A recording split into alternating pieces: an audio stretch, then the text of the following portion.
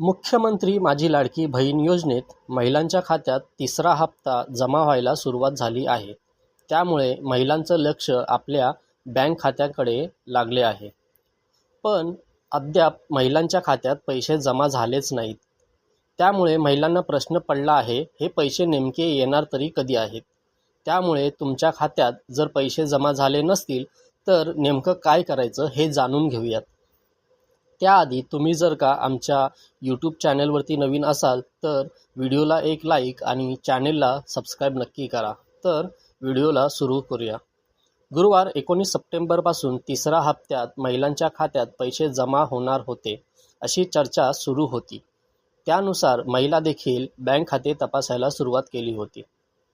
मात्र अनेक महिलांच्या खात्यात एकही रुपया जमा झाला नाही आहे.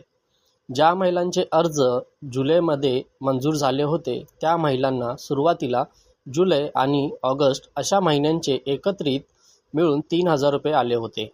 आता या महिलांना सप्टेंबर महिन्याच्या 1,500 रुपयांची अपेक्षा होती.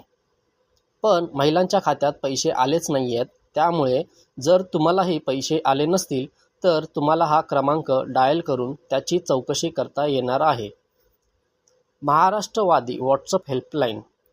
अजित पवारांच्या राष्ट्रवादीने महाराष्ट्रवादी व्हॉट्सअप हेल्पलाईन सुरू केली आहे. यामध्ये लाडक्या बहिणींना जो स्क्रीनवर नंबर दिलेला आहे या क्रमांकाशी संपर्क साधून लाडकी बहीण योजनेने संदर्भात यांच्या समस्या सांगायच्या आहेत.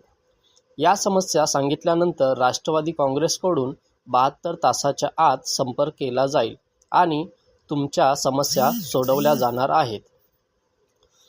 तर या नंबरवर समस्या कशा सांगायच्यात?